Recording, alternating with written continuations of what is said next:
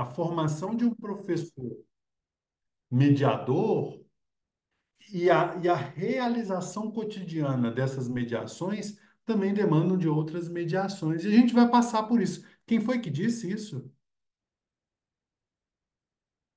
Kellen Kátia. O Kellen, Kátia, eu vou tentar retomar isso mais adiante, tá?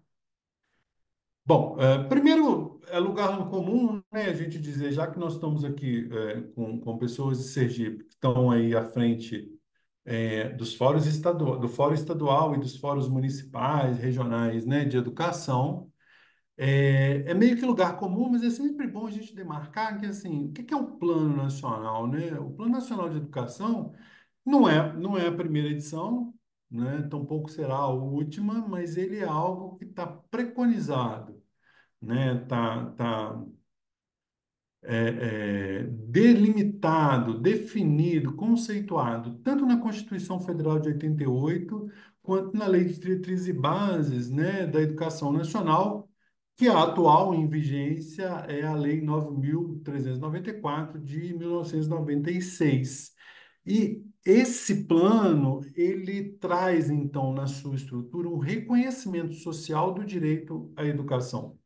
Mais do que isso, mais do que o reconhecimento social, se traz também a importância da sociedade civil organizada no monitoramento e na avaliação das políticas educacionais do Brasil, quer do ponto de vista da sua formulação, quer do ponto de vista da sua execução e avaliação, né? Então, isso é para nós, professores brasileiros, um grande marco no sentido de que nós somos referência para o mundo em termos de construção democrática da escola pública, né? Eu me arrisco a dizer, gente, que eu desconheço um lugar que tenha uma compreensão ou uma concepção de escola pública, uma escola para todos, sem exceções, como a escola brasileira. Se vocês pegarem, por exemplo, o sistema alemão é completamente diferente do nosso, assim. Primeiro porque ele, na origem, ele já segrega, né? Ele vai dizer que ah, quem é alemão naturalizado, nato, tem direito a fazer a educação básica e enveredar para o superior. Se você é imigrante, e não é agora só com as grandes migrações, com os grandes fluxos migratórios que a Alemanha vem sofrendo com isso, né, por uma proximidade geográfica e uma questão econômica há muitos anos. Ela recebe muitos turcos, né? Se você é, por exemplo, estrangeiro, você não ascende ao sistema, à educação superior. Estou trazendo só um exemplo para vocês verem como é que a escola pública é diferente em determinados lugares do mundo. Trata-se, então, de um projeto coletivo, e aí é um projeto de sociedade, cuja duração é de 2 anos. Para quê? Isso tem um porquê disso. Para ele não correr o risco de virar uma política de governo, e sim ser uma política de Estado, né? Pautada, então, nos princípios de cidadania e de justiça social. E aí, nesse sentido, a questão dos professores e das professoras, vamos dizer assim, não só dos professores e das professoras, mas dos profissionais da educação como um todo, os profissionais das profissionais, no Plano Nacional de Educação é concebida sobre um F ali a partir de três eixos estruturantes da carreira, que é o que Grochoska vai definir como eixos estruturantes da carreira docente: formação, remuneração e condições de trabalho. Isso está na essência, no plano, e acredito que o plano estadual de Sergipe não é diferente pelos resultados que a gente vê no plano nacional, né, no observatório do PNE, né, que aí esses três princípios estruturam toda a dimensão relativa à valorização dos profissionais da educação. Que eixos? Formação, remuneração e condições de trabalho. Claro que a proposta hoje é a gente discutir as metas 17 e 18, que tem a ver com condição de trabalho, mas não dá para discutir a condição de trabalho sem discutir antes a formação, né? A gente vive hoje, então, basicamente, A gente vive hoje um momento no Brasil em que a gente, sobretudo nós, professores, quer da educação básica, quer do ensino superior, nós somos convocados a repensar a formação de professores. Vocês devem estar acompanhando, não só de um ponto de vista publicitário, nem só de um ponto de vista acadêmico, mas de um ponto de vista prático, aquilo que os estudiosos, parece que agora, né, aliás, as redes de ensino já têm mostrado isso há muito tempo. O campo acadêmico já tem falado disso há muito tempo, mas agora me parece que a grande mídia tem especulado a ideia do apagão de professores, né? Que é isso, assim, determinadas áreas já falta professores. Aqui em Minas, por exemplo, Minas é um péssimo exemplo para todo o país. O estado de Minas Gerais hoje tem a maior parte dos seus professores como professores contratados. E entre os professores contratados, a maior parte deles tem título precário para lecionar, ou seja, não são professores de matemática, mas são tecnicamente engenheiros que recebem o que a gente chama aqui de CAT, que é um título precário para atuar como docente dando aula de matemática, ou professor de direito dando aula de língua portuguesa, porque já não existe mais, as pessoas já não querem mais. Os estudos têm mostrado que, no caso das licenciaturas, antes da conclusão do curso, as pessoas estão desistindo e não chegam nem a se formar, sequer chegar para a área. Então, tem determinadas áreas que a gente já tem aí um apagão há muito tempo.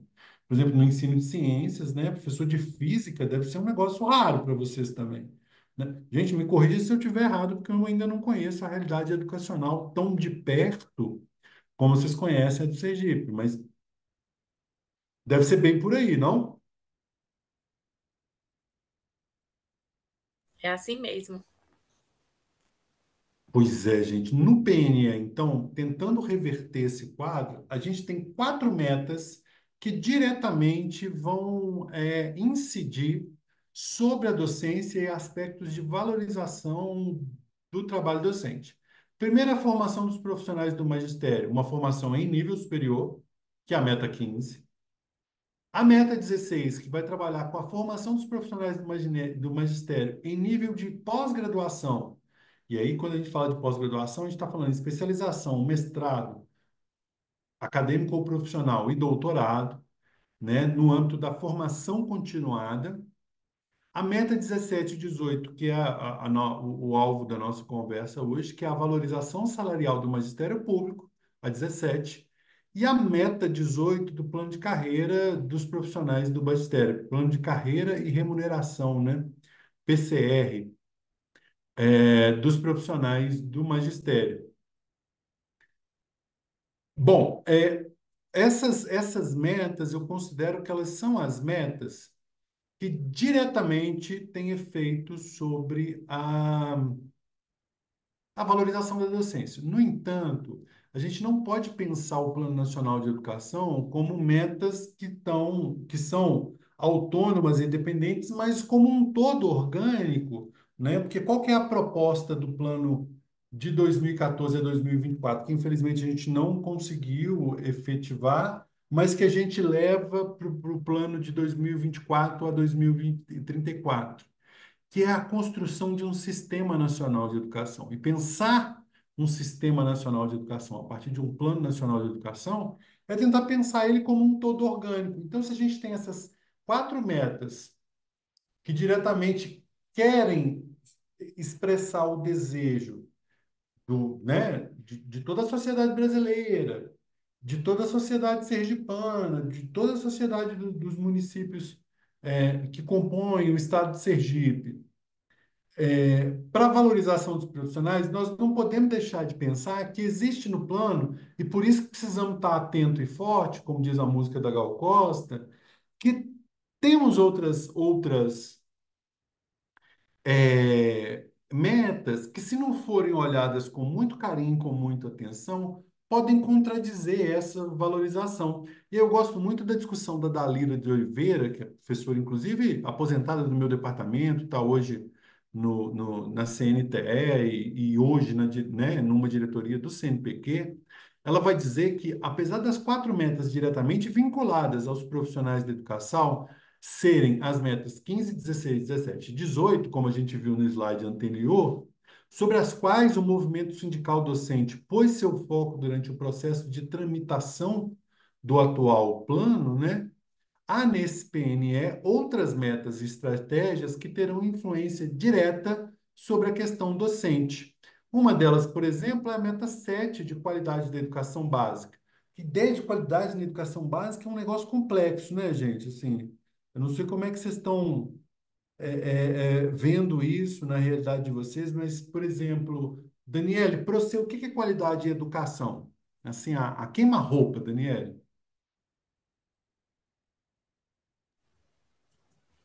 Eu acho que é um conjunto, viu? Vai de uma infraestrutura boa, de uma valorização, né, dos professores, valorização salarial, de uma formação continuada. Eu acho que vai de todo um trabalho, né, que a gente faz com a escola, trazendo a família. Eu acho que é um Uhum. conjunto, não tem uma coisa só. Eu acho que esse conjunto de ações é que a gente consegue ter uma qualidade na educação. Quem mais se arrisca aí com um elemento que pode representar qualidade na educação, gente? Quem mais se arriscaria?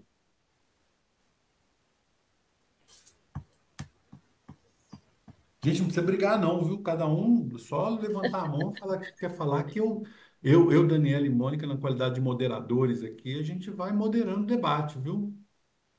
Fiquem à vontade, gente. Pode falar a qualquer momento, ou se não quiserem abrir o microfone, vocês podem falar pelo chat, que eu estou aqui acompanhando. Por exemplo, ó, a Daniela colocou pelo menos uns três elementos. Ela colocou valorização, infraestrutura, planejamento, Daniela, que você tinha falado na terceira que eu não me recordo agora. Eu falei de uma. É um apoio, né? De um conjunto da Apoio, escola mesmo, a é. escola, né? De estar em conjunto mesmo com a família, com as famílias também.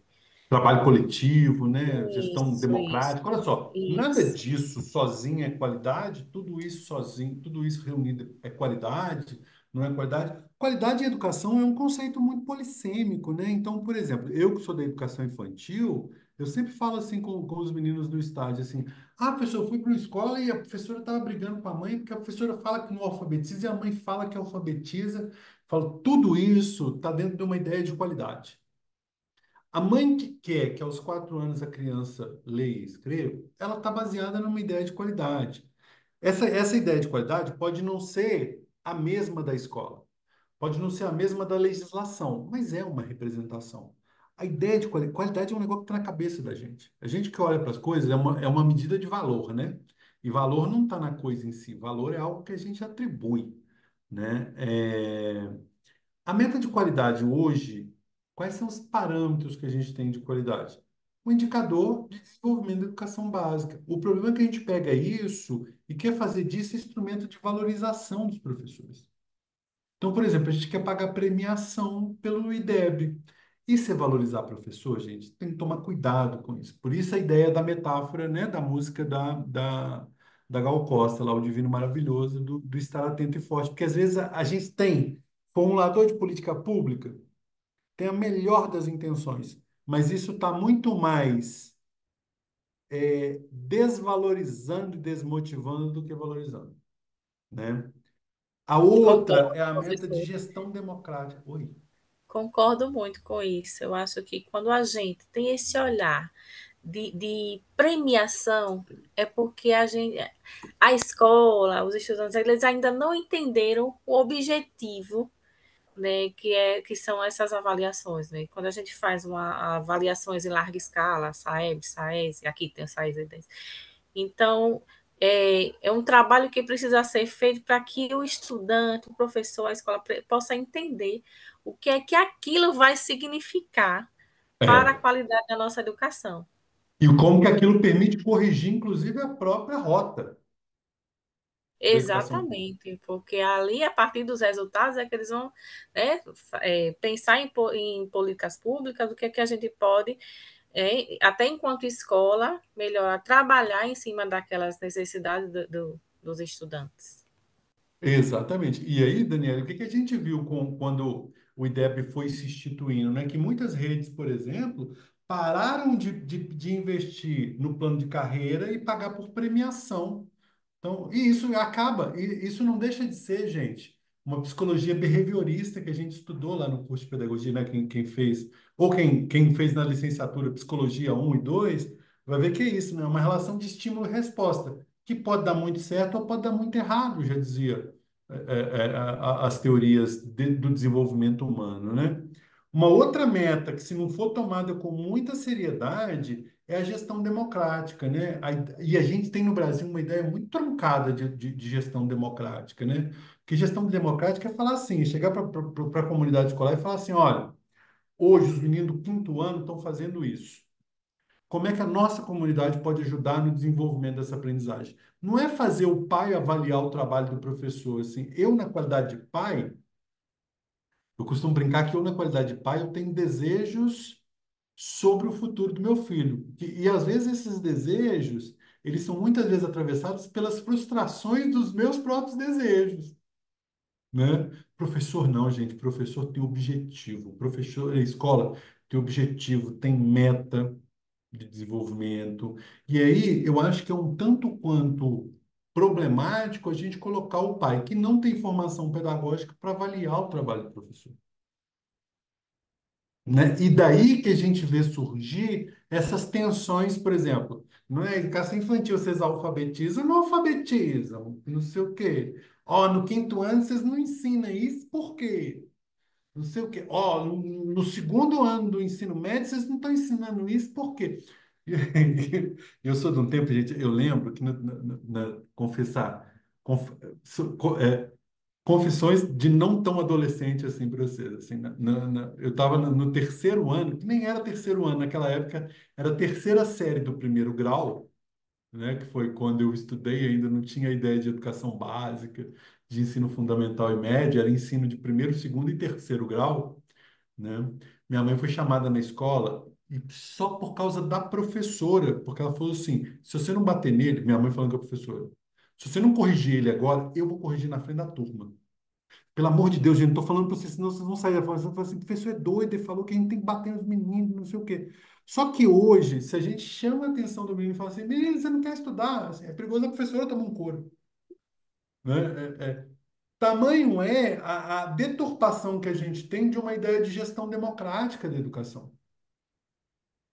Não é bem por aí, né? Gestão democrática da educação é pensar assim, como é que a gente pode abrir a escola para as demandas sociais dos estudantes fora dela? Isso é gestão democrática.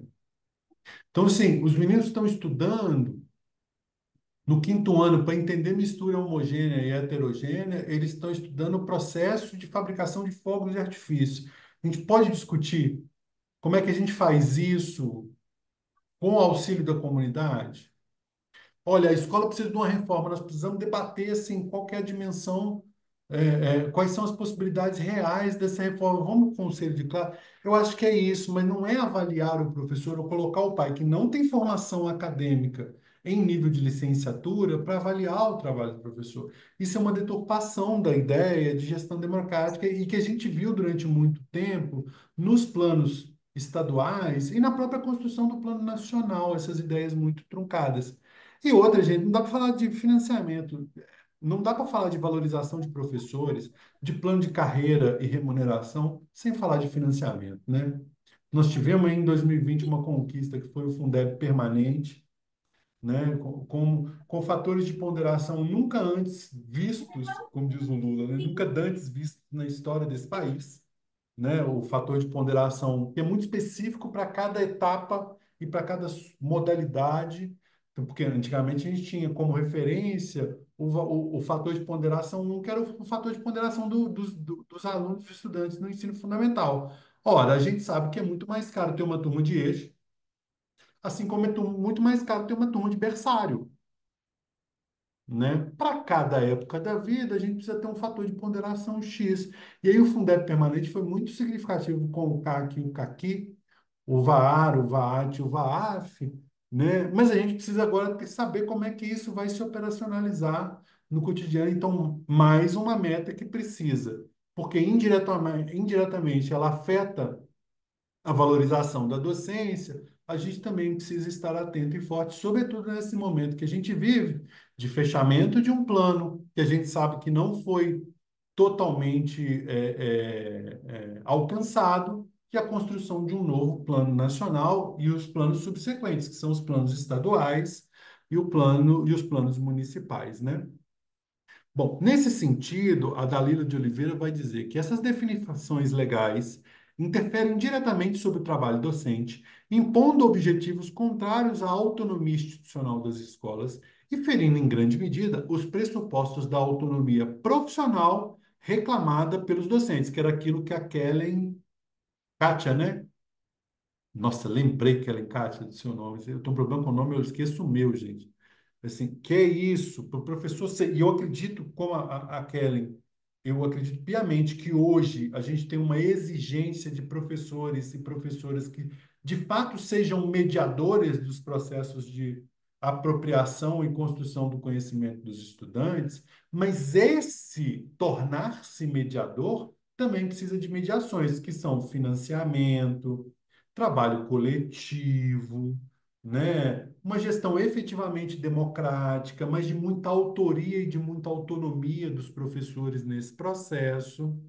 E aí, gente, para a Dalila, além de prever a promoção de processos de avaliação, como a prova nacional específica, desculpa, para diretores e gestores escolares, né, na gestão democrática, a gente vê que tem lá na meta do PNE de 2014 a 2004 a possibilidade de não só de prova, mas também de curso de formação específico para diretores e gestores escolares, que está lá na meta 19,8, que se fundamentam em critérios extremamente meritocráticos, baseados em conhecimentos técnicos que não foram definidos no diálogo com os professores, né, e nem com os gestores, mas por especialistas sem participação dos envolvidos e que prevê ainda a participação dos pais na avaliação de docentes e gestores escolares, né? Isso é o que a Dalila vai chamar de uma deturpação da ideia de gestão escolar.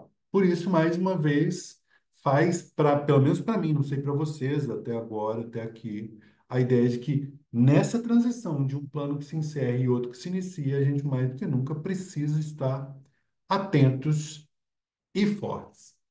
Bom, feito isso, queria passar então agora para vamos passar o plano a limpo, né? Vamos ver assim. Eu fui lá no observatório do PNE e peguei para o estado de Sergipe, né? Como a gente está fazendo uma discussão estadual, mas vocês conseguem os dados pelos municípios, se vocês quiserem fazer um balanço nos fóruns municipais, né? Do que foi atingido, do que não foi. Claro que vocês têm clareza disso, assim, né? O plano tem estratégias de monitoramento e tal, mas isso está com base na sinopse estatística da educação básica, com base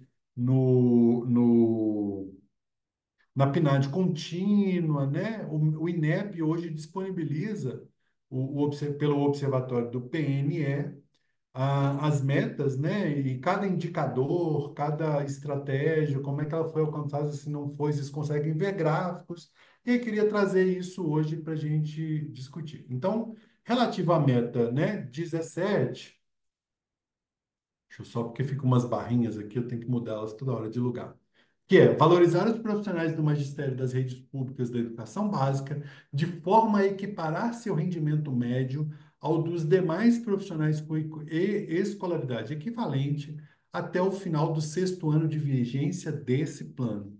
E aí, gente, a gente tem que bater palma para Sergipe, porque, assim, segundo o observatório, né, o indicador 17A, que é a relação percentual entre o rendimento bruto mensal dos profissionais do magistério das redes públicas da educação básica com nível superior completo, e o rendimento bruto médio mensal dos profissionais assalariados com o mesmo nível de escolaridade.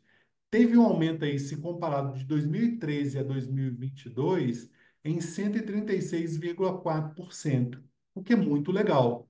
Agora, o que a gente precisa analisar é, isso tem relação com o poder aquisitivo da categoria de professores?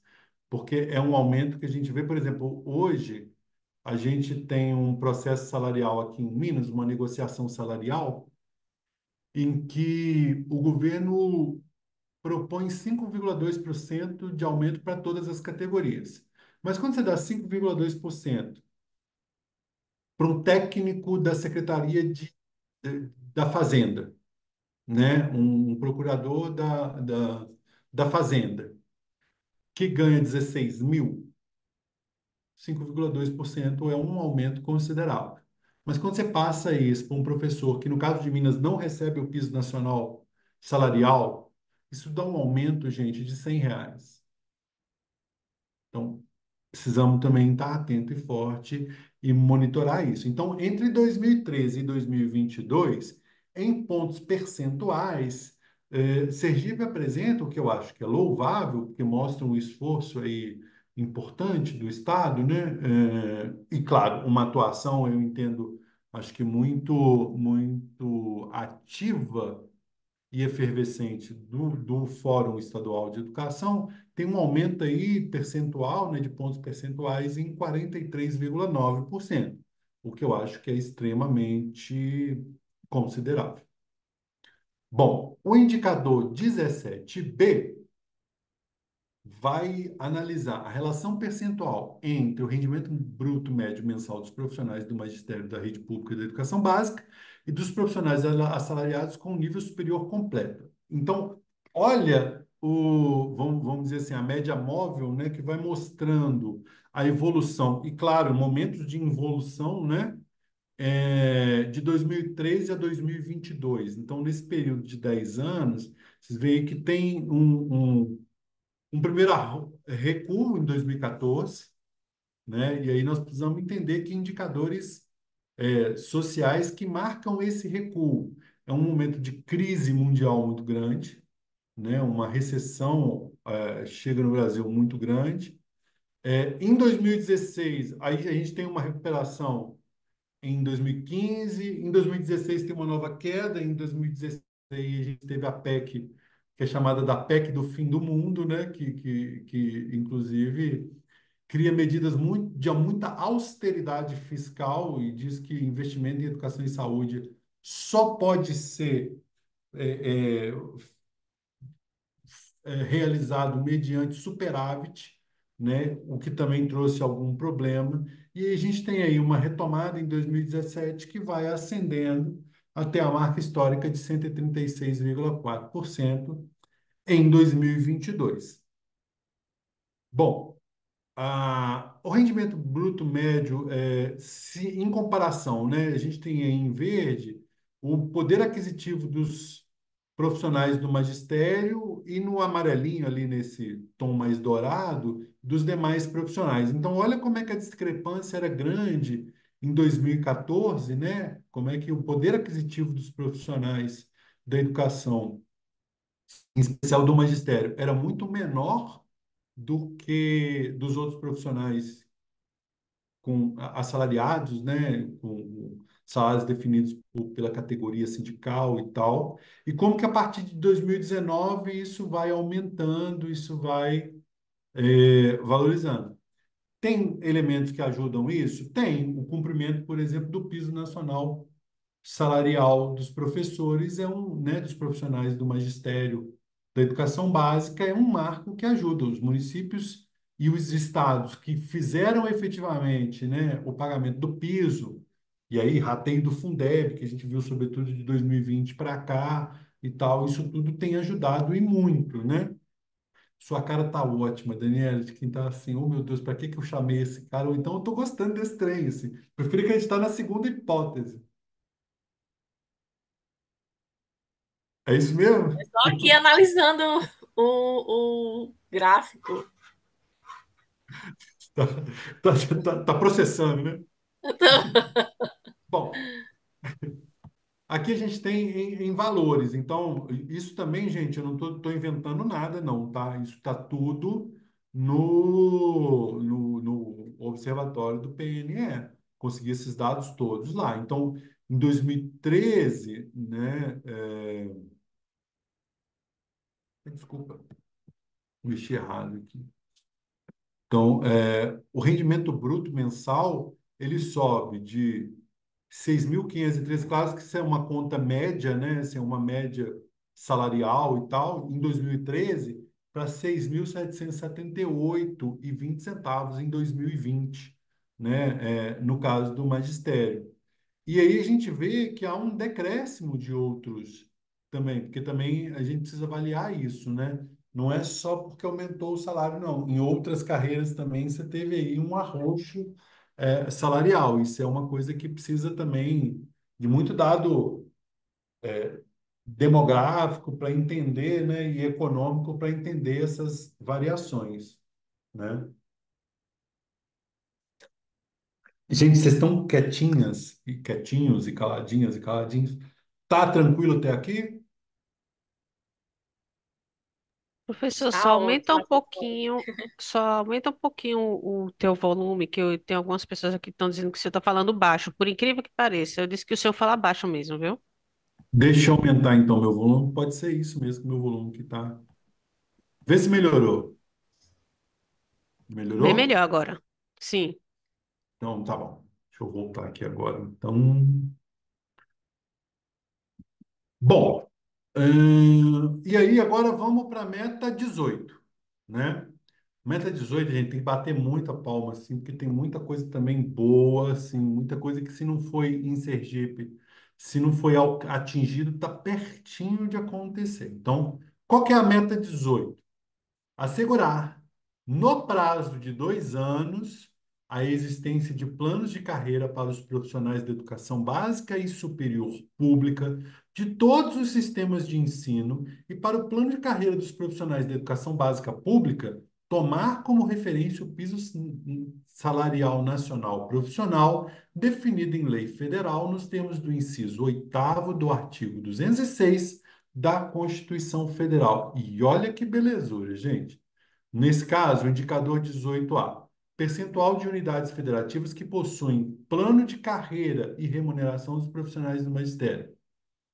No caso de Sergipe, 100% dos estados, desculpa, aí no caso aqui é mais geral, né? O que inclui também Sergipe. 100% dos estados e o Distrito Federal com planos de carreira e remuneração dos profissionais do magistério atende à lei número 11.308 de 2008, a qual dispõe acerca da aplicação do limite de 2/3 de carga horária para atividades de interação com os estudantes e do piso nacional. Ou seja, está garantido que 1/3 da carga horária, ou muito próximo disso, né, é dedicado a planejamento e que os professores têm executado dentro do piso 2/3 de efetivo trabalho com os estudantes.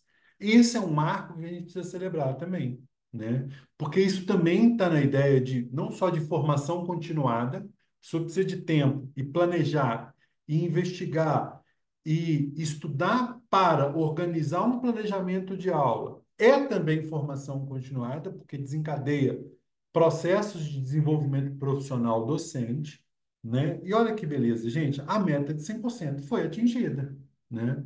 Não sei se nos 2 anos. Isso é algo para vocês avaliarem aí, né?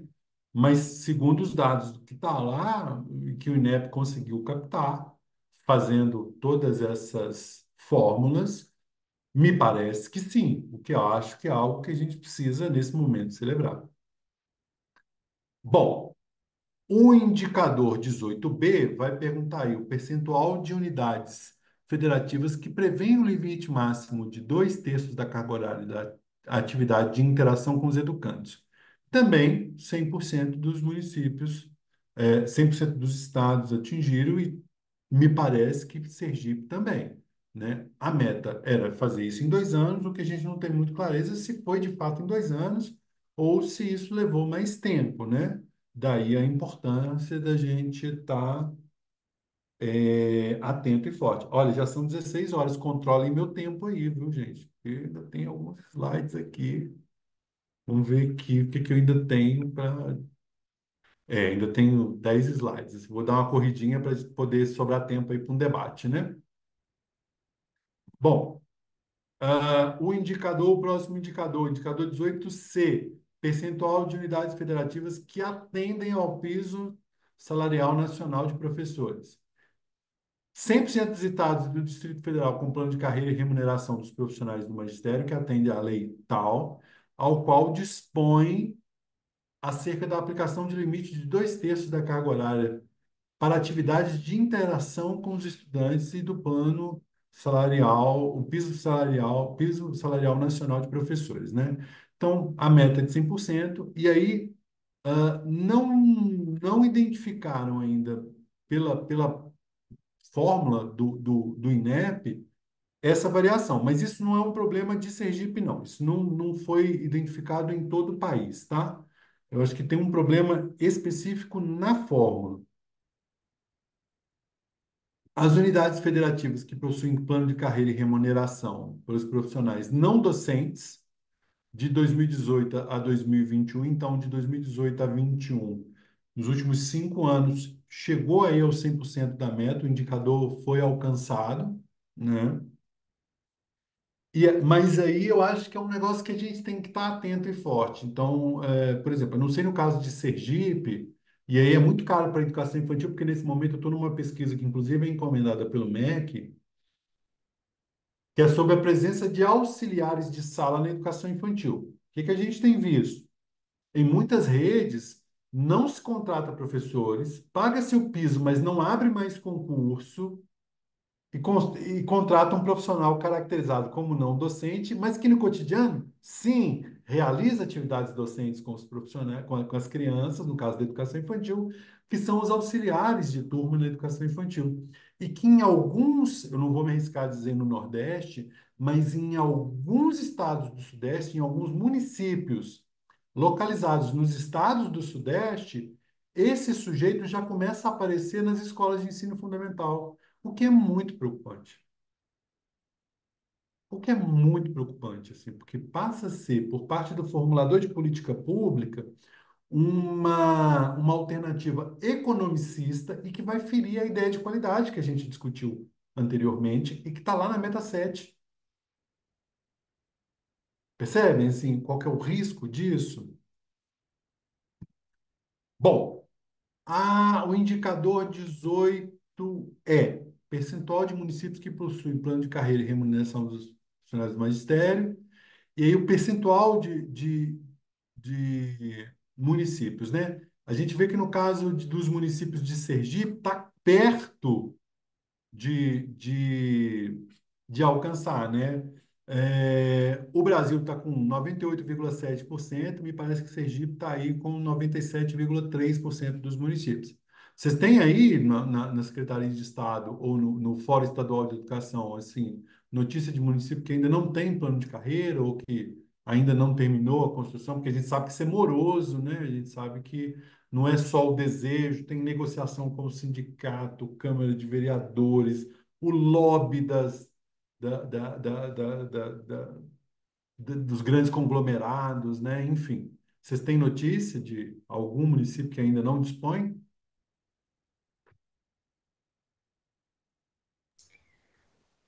A que eu lembre, não. Assim, mas é bom a Uhum. gente fazer mesmo esse levantamento, que acredito que tenha algum município aí que ainda está devendo esse. Então, é mais um ponto que precisa de atenção, né? Porque se em 10 anos a gente não conseguiu, por que que não conseguiu? Vamos avaliar, então, né? Isso é fazer o monitoramento das metas. O que eu acho que é legal é isso, né? Esse tipo de informação disponível pelo INEP permite fazer esse monitoramento, acompanhamento, monitoramento e avaliação, né?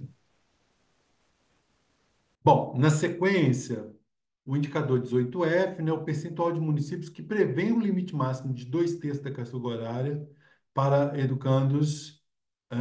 No caso brasileiro, aí a gente tem 93,3%, no caso de Sergipe, 88%, né, o que também está bem perto, mas como o plano acaba agora, a gente sabe que não vai, se efetivar. sequência, percentual de municípios que atendem ao piso nacional salarial. Assim, no caso do Brasil, 84% atende, e no caso de Sergipe, a gente está ali com 77,3%, que é também um número considerável. Mas não atingiu, né? Maria Rita colocou aqui no chat.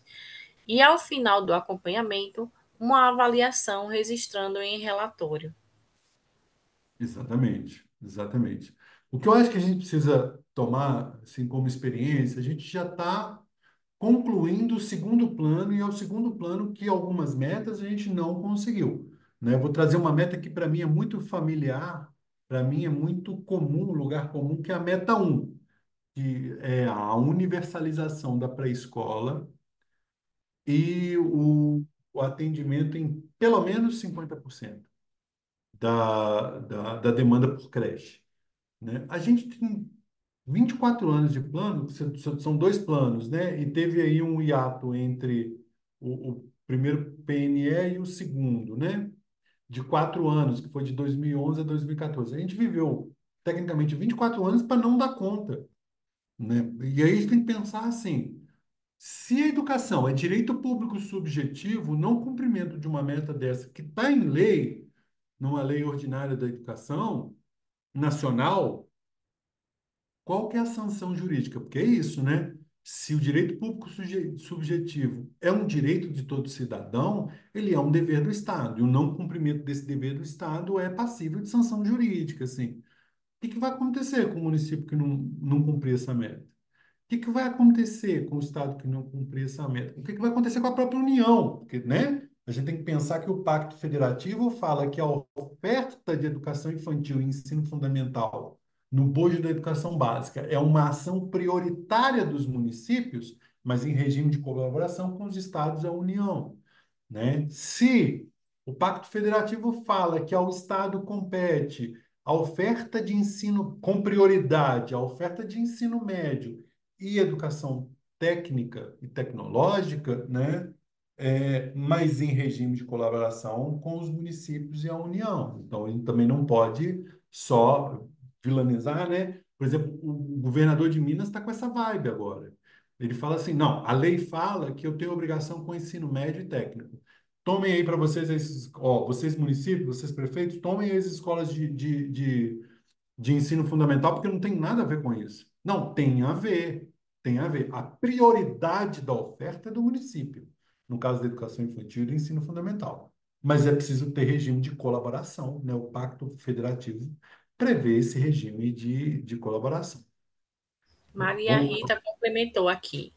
Ela colocou: por que não atingiu a meta? O que se pode fazer para cumprir a meta? Bem colocado, né? Porque quando a gente fala em meta, em atingir as metas, a gente tem que pensar, né? Onde a gente está, aonde a gente quer chegar e quais as estratégias que a gente vai utilizar para a gente alcançar essa meta, né? E se não alcançou, o que é que a gente pode fazer e que para não são estratégias que a gente inventa da cabeça, está construída e está prevista no plano, né?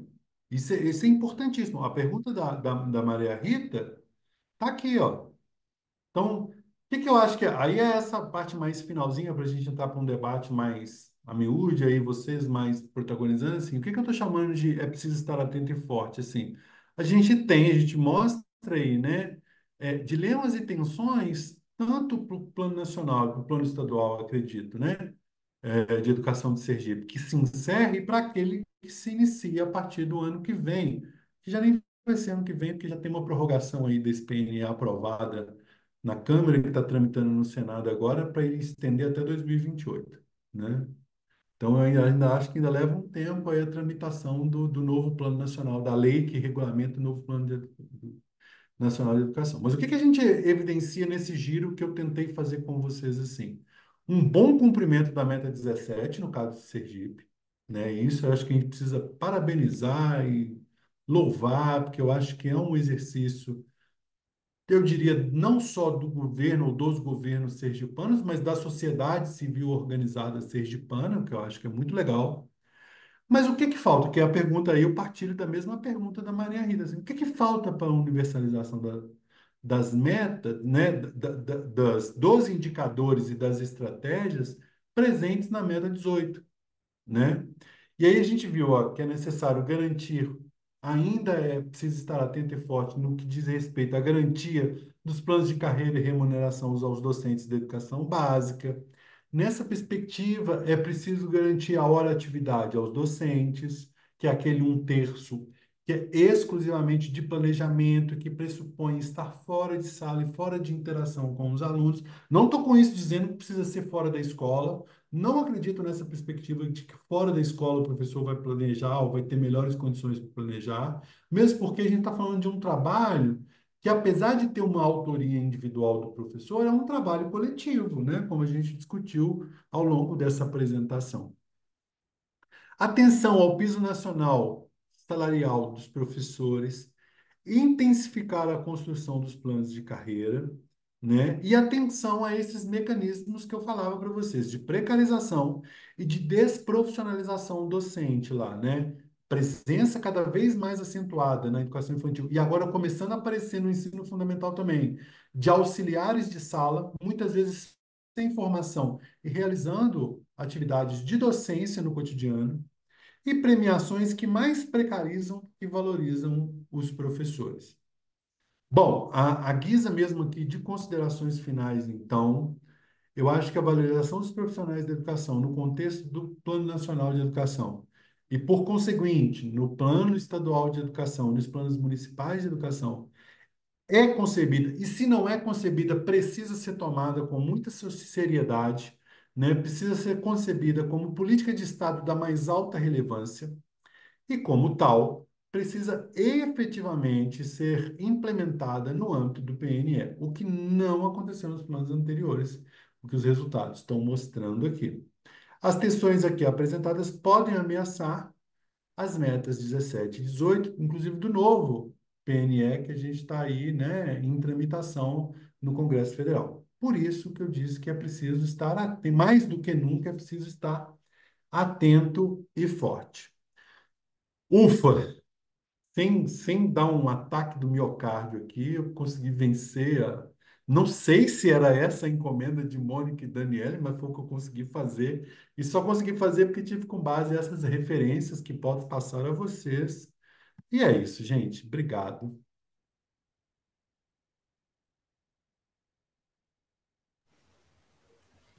Foi maravilhoso esse momento, viu, professor? Estamos aqui, assim, gratos. A palavra é gratidão, né? Por tanto aprendizado nessa tarde.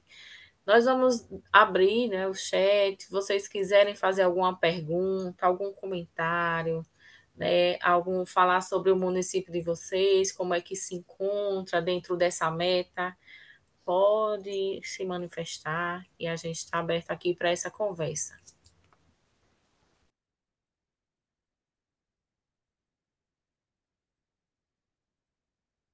Se brigar não, viu, gente? Assim, pode ser 10 de cada vez, até 10 eu entendo. Depois disso, né?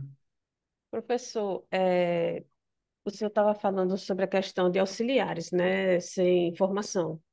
E achei Uhum. interessante, não vou falar assim da realidade da educação básica, mas vou puxar um pouquinho para a educação especial, que foi até Certo. aberto um processo seletivo para apoio um e apoio 2. O apoio um seria mais pré-requisito, ensino médio. Uhum. Apoio 2 pré-requisito, aí teria que ter formação na área de licenciatura, pedagogia, certo? Porque, pelo que eu entendi, o apoio 2 é mais aquele apoio pedagógico, e o apoio um é aquele apoio mais assim, o aluno, ele tem problemas, vamos dizer assim, motor, não consegue ir sozinho ao banheiro, ou então não precisa de ajuda para comer, algo parecido. Mas eu fiquei me questionando, mesmo que seja para esse tipo de função, não seria interessante pegar também alguém que fosse da área de licenciatura, até porque, querendo ou não, é escola, né? É Exatamente. escola, ele está sendo educado. A educação não é só na sala de aula, é desde o porteiro até a tia que vem, que está lá dando o lanche para as crianças, Entende? É a moça que está varrendo a sala, eu acho que é um conjunto, sabe? E às vezes vai uma pessoa, não, é formação ensino médio, ok. Quando chega lá, não sabe nem como tratar uma criança, porque esse apoio é mais principalmente para as crianças. Não sabe como tratar uma criança, de repente é uma criança que é um autista e ele precisa de um acolhimento e chega a pessoa e como acolher, né? Então, isso é uma coisa assim, realidade do Estado. Não sei quanto à questão dos municípios, mas é uma coisa que, infelizmente, ainda continua Isso. nessa Eu concordo questão. plenamente. E, e é isso mesmo, Mônica, porque assim, eles entram, mas eles não estão sabendo lidar com a situação e eles acabam desistindo. Aí vai gerando sempre a vacância desse profissional, porque eles não são preparados para essa atividade. Então, eles entram e percebem que não vão saber, assim, levar o barco. E está acontecendo muito, assim, muitas escolas, os profissionais que entram, esses apoios, né? E acabam desistindo da vaga. Não, e vamos combinar que assim, a gente que tem formação em licenciatura, seja ela qual for, a gente muitas vezes não está preparado para o menino da educação especial, né? E eu não estou dizendo isso de achismo, não. Tem um colega que é sociólogo, professor lá da Faculdade de Educação também, da UFMG, que ele fala assim, desde Rousseau a gente briga para ter todo mundo na escola. E hoje, em 2024, a gente tem. A gente tem até quem não quer estar na escola. E vamos dizer assim, o sujeito criança com o qual o professor aprende a trabalhar na sua formação é um sujeito idealizado. Por que que ele é idealizado? Porque ele é um sujeito que, do ponto de vista da representação, é um sujeito que está apto e ávido a aprender. E muitas vezes é isso que a Kátia estava colocando, que é a dificuldade de ser mediador, porque às vezes o sujeito não está ali com predisposição para aprender, mas eu preciso mediar a sua relação com o conhecimento de modo que ele se deixe afetar pelo conhecimento. Isso é fácil? Em momento nenhum eu disse isso, né? Mais do que isso, assim, mais do que ser difícil, é complexo. Por quê? Porque demanda de outras mediações também, né? E aí, o auxiliar é uma ponta do iceberg. O que que a gente tem visto, por exemplo, nos municípios de São Paulo, está sendo muito comum os grandes conglomerados agora ofertar processos de privatização da gestão escolar. Então, o professor ele é concursado, estatutário, mas a coordenação da escola e a direção da escola vem de uma empresa privada, que muitas vezes não conhece aquela realidade, não conhece aquela comunidade e tem que exigir do professor que faça gestão democrática, que exige do professor que um pai que também sabe muito menos de educação avalie o professor e usa esses parâmetros de avaliação para desenvolvimento de plano de carreira e remuneração. Tá errado, gente. Tem umas coisas que, por exemplo, a gente tem que começar no Brasil, eu acho que impor, e é isso, né? Assim, por isso que eu comecei a minha fala com aquela chargezinha do Penaltis, né? Da turma do Charlie Brown, que assim, na pior das hipóteses, na pior das circunstâncias, a categoria, aí eu não estou falando a Daniele como professora, a Mônica Luz como professora, o Newton como professora, a Maria Rita, mas é a categoria professores juntos faz toda a diferença, né? Tem coisa que a gente tem que começar a dizer não para mercado, para esses grandes conglomerados, para formulador de política pública, que é assim, por exemplo, eu tenho um amigo que hoje é reitor numa universidade aqui do interior de Minas, que ele fala assim, os cursos de licenciatura eles têm que ser mais rápido. Olha lá a iniciativa privada, eles são de 3 anos e meio. Eu falei assim, mas quem falou para você que 3 anos e meio é o tempo ideal para formar um professor? Ninguém discute se 12 anos é muito ou pouco tempo para formar um médico, não. Por que a gente tem que toda hora diminuir a carga horária de formação dos professores? Por que toda hora a gente tem que diminuir a vivência prática no âmbito da formação dos professores? Tem coisa que a gente não precisa mais, né, no Brasil. Por exemplo, não sei de um dado, não sei se vocês têm ciência de um dado, eu trouxe aqui, por que que eu trouxe? Eu fiz questão de trazer a meta 15 e 16, porque hoje a gente tem professores, número considerável de quase 100% de professores no Brasil com nível superior. Mas onde é que acontece essa formação? Na iniciativa privada, em cursos semipresenciais ou à distância, e cursos de instituições que estão muito mais vinculadas à reprodução do conhecimento do que à produção do conhecimento em educação. E pessoas que fizeram assim, eu costumo dizer que é curso 9,90, pagou, passou, sabe? Assim, uma formação meio louca, assim, a pessoa não vê o professor, né? Eu não estou falando para vocês que eu sou contra a EAD, não, gente. Eu acho que a EAD ela cumpre um papel. Ela não pode ser, e ela cumpre um papel de exceção. Ela não pode virar regra, tá? Tem coisa assim. Vai falar, por exemplo, com um curso de medicina que vai começar a formar médico à distância. Isso não está no debate. Entende? E aí a gente não pode deixar isso para o formulador de política pública ou para o grande empresariado. Tem hora que o sujeito coletivo, professor e professora, precisa se colocar, né?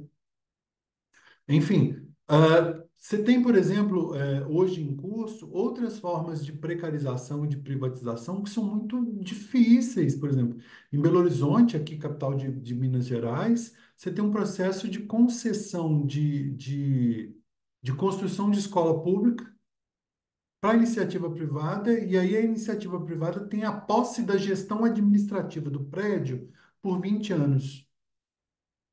Então, por exemplo, a escola marca no calendário que a festa junina é no sábado que vem, dia 8 e não pode porque a empresa alugou a escola para um casamento. Mas a empresa tem direito, porque ela tem a posse durante 20 anos daquele prédio. Olha que doideira, gente, assim. E essas coisas só acontecem na educação, assim. Ninguém presta o hospital para fazer rave, entende? Assim, esses processos a gente precisa estar a todo momento muito atento, né? Então, reiterando, Mônica, a questão dos auxiliares é a ponta do iceberg, né? A gente tem outras formas aí que a todo momento exigem da gente, e quando eu repito, quando eu digo é a gente, o sujeito coletivo, né? Que se coloque de uma forma mais contundente, vou dizer assim.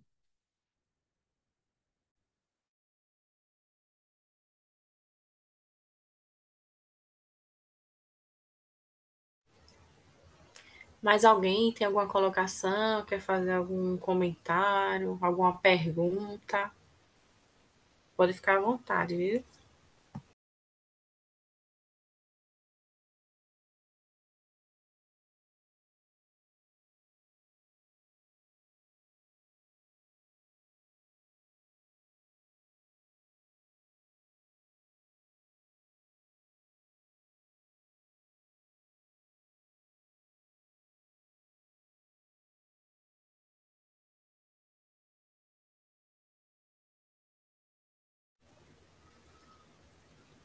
Acredito que não, né, professor? Das duas, uma. Ou eu posso botar a minha cabeça no travesseiro hoje, dormir o sono do justo e falar assim: nossa, fiz aquele encontro com o Fórum de Educação, Estadual de Educação de Sergipe, ou então, meu Deus do céu, o povo está com ódio de mim. Foi todo mundo embora e fingiu, né? Deixou a câmera lá fechada e a reunião ligada e foi embora. Está assistindo Sessão da Tarde, Sônia Abrão.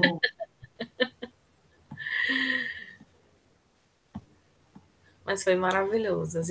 Fez a gente refletir, né, de como está o nosso município, né, o que a gente, onde a gente está e o que é que a gente pode fazer, e até repensar, né, para o próximo. A gente não sabe como vai ficar ainda, como tem essa proposta de estender, né, mais 4 anos, a gente, depois de uma construção, né, que a gente fez agora com a CONAI, com as conferências, né, e a gente não sabe como vai ficar, mas a gente tem que ter sempre no nosso radar o que a gente quer para o nosso município, para os nossos estudantes, para as nossas escolas.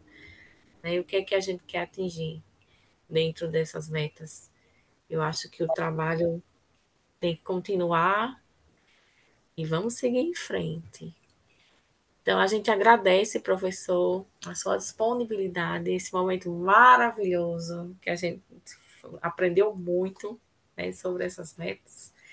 É aprender e refletir. Então, espero que seja um primeiro de muitos momentos que a gente se encontre para a gente discutir a educação e que você possa também transmitir esse vasto conhecimento para a gente. Então, em nome do Fórum Estadual de Educação, agradeço a participação de todos e agradeço ao professor. Eu Muito que obrigada. agradeço. Sempre que puder e eu puder vir, assim, contem comigo, viu? Com certeza. Então, tchau, gente. Muito obrigada. Como a gente fala por aqui, por essas bandas de Minas, né? No nosso dialeto local, que é o mineirês, então, em té para vocês. E está convidada a conhecer Sergipe. Nós estamos no melhor momento de Sergipe, que é o nosso São João, né? Nossa festa, então está convidado. Grande abraço, gente. Abraço, gente. Tchau.